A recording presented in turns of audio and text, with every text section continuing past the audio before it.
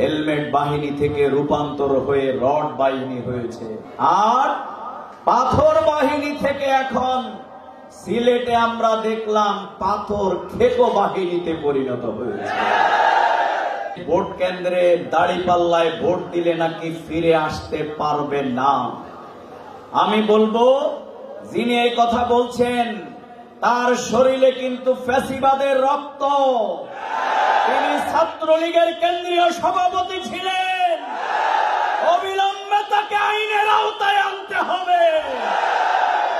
যে যুবকদের রক্তের মাধ্যমে যে নতুন বাংলাদেশ আমরা পেয়েছি, এই নতুন বাংলাদেশ নব্য ফ্যাসিবাদের কবল থেকে আবার আরেকটি লড়াইয়ের মাধ্যমে আমাদেরকে মুক্ত করতে হবে। আমরা হেলমেট বাহিনী থেকে রূপান্তর হয়ে রড বাহিনী হয়েছে, আর পাথর বাহিনী থেকে এখন সিলেটে আমরা দেখলাম পাথর খেকো বাহিনীতে পরিণত হয়েছে। সুতরাং পাথর খেকো আর হেলমেট বাহিনী দেশের মানুষ গ্রহণ করবে না। কেউ কেউ বলেন, আমাদের অনেকে বলছেন, কেউ বলে জিব্বা কাটবে।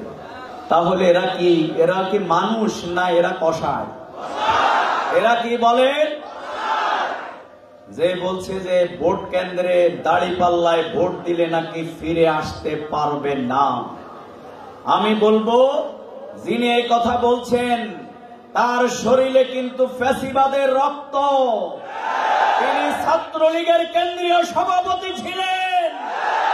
অবিলম্বে তাকে আইনের আওতায় আনতে হবে। নচেত যেখানে এই মানুষ খেকো রক্ত পিপাসু ফ্যাসিবাদের গন্ধ পাওয়া যাবে, সেখানেই কিন্তু লড়াই শুরু হবে। বুকের ভিতর অনেক ঝড়, বুক পেতেছি গুলি কর।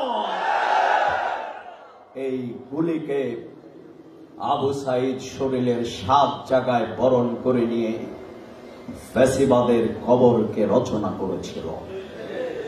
এই জন্য সংগ্রামী ভাইরা, বাংলাদেশ ইসলামী ছাত্র শিবির সেই যুবক তৈরি করে, যে যুবকেরা আল্লাহ রাসূল সাল্লাল্লাহু আলাইহি সাল্লাম যে খাব্বাব, খুবাইব, বেলাল, হামজা এবং আলীদেরকে তৈরি করেছিলেন, যারা জ্ঞানের দিক থেকে নাম্বার 1, যারা মোরালিটির দিক থেকে নাম্বার 1, যারা মানব সেবার দিক থেকে নাম্বার 1। আবার সেই যুবকেরা দিনের বেলায় মানুষের খেদমত করে, উপকার করে, কল্যাণ করে, মানবতাবাদী হয়ে ভূমিকা পালন করে।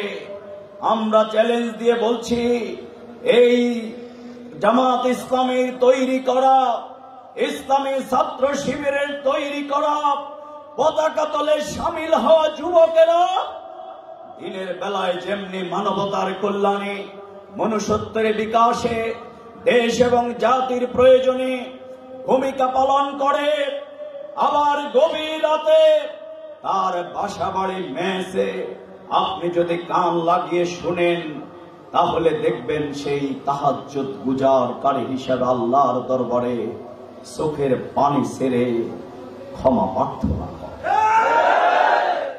আর অন্য দল আপনারা আমাদের যুবকদেরকে বিপদগামী করে তাদেরকে চাঁদাবাজি, লুণ্ঠনবাজি, টেন্ডারবাজি, ধর্ষণ, অপরাধ কাজের সাথে আপনারা সম্পৃক্ত করে কর্মী বাড়ান, আর গভীর রাতে যুবকরা কিন্তু মদের আড্ডায় মত্ত হয়ে যায়। এই জন্য আজ যুবকদের জন্য ইসলামের যে মেসেজ, সেটি পৃথিবীর ইতিহাসে আমরা দেখেছিলাম যুবকেরা কিভাবে মানুষের জন্য, মানবতার জন্য ভূমিকা পালন করে।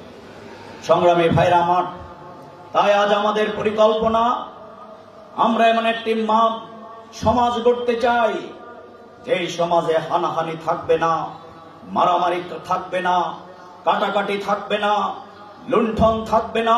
লক্ষ্মীপুর আইডিয়াল আলিম মাদ্রাসা জাগতিক ও নৈতিক ইসলামী শিক্ষার সমন্বয়ে আপনার সন্তানকে সৎ, যোগ্য, আলেমে দ্বীন ও দেশপ্রেমিক সুনাগরিক হিসেবে গড়ে তোলার অঙ্গীকার নিয়ে লক্ষ্মীপুর আইডিয়াল আলিম মাদ্রাসা আছে আপনার পাশে।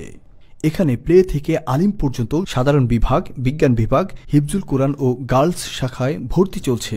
এখানে রয়েছে উন্নত যোগাযোগ ব্যবস্থা এবং রুচিশীল ও শিক্ষাবান্ধব পরিবেশ। আবাসিক অনাবাসিক ডে কেয়ার ব্যবস্থা। লক্ষ্মীপুর আইডিয়াল আলিম মাদ্রাসা, কোর্ট বিল্ডিং সংলগ্ন, জমুল স্টেশন, সদর, লক্ষ্মীপুর।